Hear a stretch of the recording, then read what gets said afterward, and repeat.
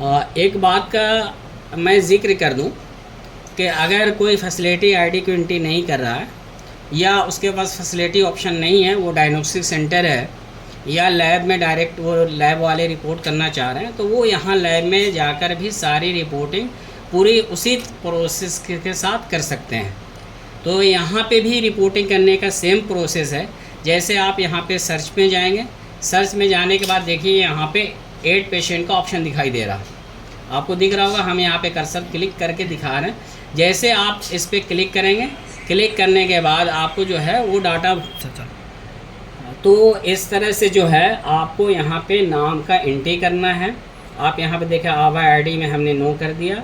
अगर आवा आईडी है तो आवा आईडी डालेंगे तो उसकी पेशेंट की पूरी डिटेल यहाँ पे अपने आप दिखाई देने लगेगी। बहरहाल जब हमारे पास आवा आईडी नहीं है तो हम उस पेशेंट की पूरी डिटेल एंट्री करेंगे। आप यहाँ पे देखेंगे नेम हमने एंट्री किया, यहाँ पर लास्ट नेम में मोरिया डाल दिया, इनका date of birth oblique age हमने एज इनके डाल दिया। यहाँ पे जेंडर आपने देखे सेक्स मेल लिखा हुआ। आईडी टाइप, आईडी नंबर भी आप डाल सकते हैं अगर आपके पास मौजूद है या पेशेंट बता रहा है तो।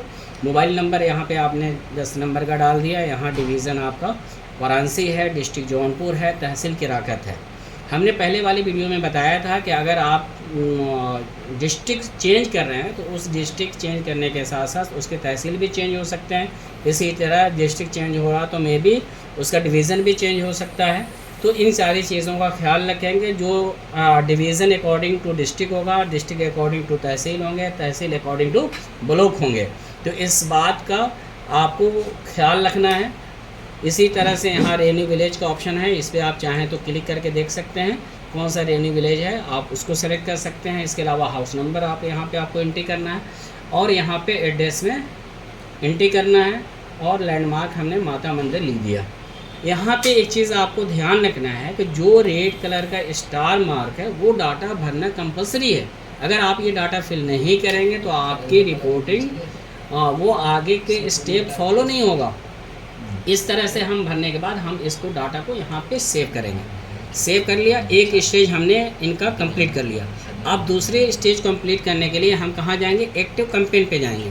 एक्टिव कैंपेन में जाने के बाद हम सर्वे पे क्लिक करके, देखा आपने सर्वे पे हमने क्लिक किया और पहले नंबर पे सर्वे में दिखा रहा है अमित मौर्य। हमने यहाँ पे फिर क्लिक किया और क्लिक करने के बाद पूछ रहा है कि डू यू हैव फीवर, यहाँ पे किया यस और यहाँ पे पूछ रहा है कितने दिन से है, तो हमने यहाँ पे डाल दिया 4 डेज से। ठीक है, दोनों में फ़र्क ये है कि जब फैसिलिटी से एंट्री करते हैं तो उसमें 10 क्वेश्चन आपको दिखाई देते हैं और जब हम लैब से एंट्री करते हैं तो इसमें हमारे पास क्वेश्चन लिमिटेड क्वेश्चन होते हैं। कभी एक ही क्वेश्चन हमें यहाँ पे दिखाई दे रहा। ठीक है, ये करने के बाद हम यहाँ पे नेक्स्ट करेंगे। नेक्स्ट करने के बाद जो है फिर आपको सैंपल कलेक्शन के ऑप्शन पे चले जाएंगे। यहाँ पे आपको देखेंगे कि यहाँ पे क्लिनिकल डायग्नोसिस का ऑप्शन नहीं आ रहा। ये फ़र्क है, इस चीज़ को आपको समझने की ज़रूरत है। यहाँ पे हमने टाइफाइड सेलेक्ट कर लिया।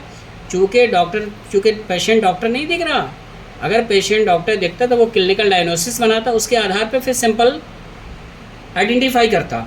तो ये लैब का है तो इसलिए जो है यहाँ पे हमने विडाल यहाँ पे हमने सेलेक्ट कर लिया। इसके बाद सैंपल टाइप में आ गए, यहाँ पे हमने सीरम ले लिया और सैंपल कलेक्शन का डेट जो है हमने आज का डाल दिया। डालने के बाद ऐड करेंगे। हमने पहले बताया था कि अगर ऐड नहीं करेंगे तो मे भी ऐसा हो सकता है कि आपको लाइन लिस्ट नहीं दिखाई दे, इसलिए आप ऐड का बटन को ज़रूर क्लिक करें यहाँ पर। उसके बाद आप डाटा को सेव करिए। सेव करने के बाद आप देखेंगे कि आपका 2 स्टेप यहाँ पे कंप्लीट हो गया।